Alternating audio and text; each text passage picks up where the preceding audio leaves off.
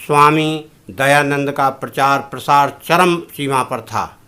उनके प्रवचन सुनने के लिए लोग दूर दूर से आते थे और उन्हीं के प्रवचनों को सुनने के लिए एक महाराष्ट्र से जिलाधीश भी महाराष्ट्र से अजमेर आए और अजमेर में प्रवचन चल रहा था स्वामी जी का, परंतु जिलाधीश के आने से पहले पहले यहाँ का कार्यक्रम पूरा हो गया और पूरा होने के पश्चात स्वामी जी के प्रवचन नहीं सुन पाए।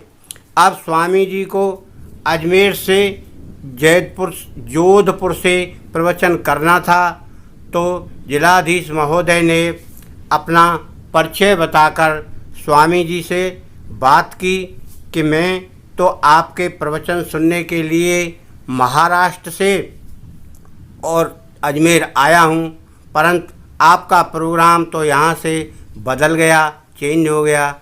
इस प्रकार स्वामी जी ने कहा तो न्यायाधीश महोदय बड़े चिंतित हो गए। स्वामी जी ने कहा, इसमें चिंता की कोई बात नहीं है, अजमेर से जोधपुर में जो प्रोग्राम होगा आप उसमें चलिए, आप हमारे साथ चलिए अगर आपको जाने की दिक्कत है तो स्वामी जी फिर उनको साथ लेकर चलने के लिए तैयार हो गए। तो दोनों एक ही गाड़ी से जोधपुर के लिए रवाना हुए। स्वामी जी के साथ जाने से बड़े खुश हुए और मन ही मन खुश होते होते गाड़ी में बहुत सारी बातें सोचते रहे। बैठकर जब वहाँ पर प्रवचन देने के लिए जोधपुर में पहुँच गए तो उन्होंने ये प्रवचन सुनने के लिए आतुर लोगों के साथ बैठे थे और उन्हीं में न्यायाधीश भी शामिल हो गए।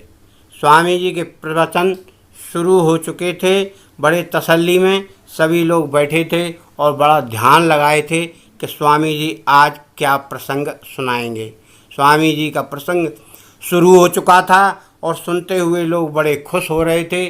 स्वामी जी के प्रवचन बहुत सारे योग और सदाचारी, सत्यवादी और योग क्रियाओं पर, अपने शरीर को बलिष्ठ कैसे बनाएं, हमें बुराइयों के प्रति सजग रहना है, अन्याय के प्रति लड़ाई करना है, इन्हीं सब बातों पर वो प्रवचन देते रहे और लोग बड़ी शांत मुद्रा में उनके प्रवचन सुनते रहे।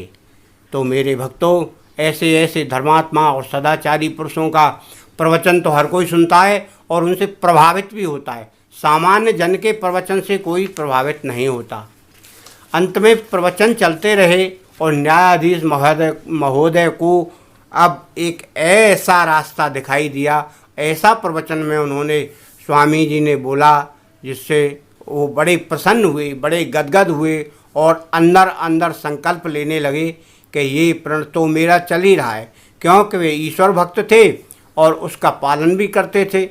तो स्वामी जी ने इसी प्रवचन में कहा कि सबसे बड़ा धर्मात्मा कौन होता है, आप उसको हमें बताइए। धर्मात्मा वो है सदाचारी और न्यायप्रिय और सत्यवादी होना चाहिए। इस प्रकार न्यायाधीश को ये दो बातें बहुत पसंद आईं और इन दोनों को ही उन्होंने अपने दिल में बैठा लिया और जीवन यापन करने लगे। कौन कौन सी? कि सत्यवादी, न्यायप्रिय तो थे ही, सत्यवादी और सदाचारी, ये दो ही काम करने वाले व्यक्ति को सबसे बड़ा धर्मात्मा कहा जाता है।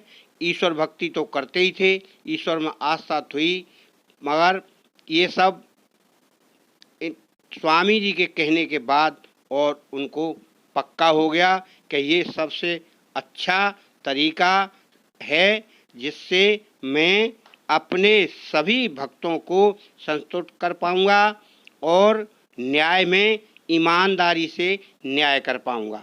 धन्यवाद साथियों, चैनल को अधिक से अधिक शेयर करें और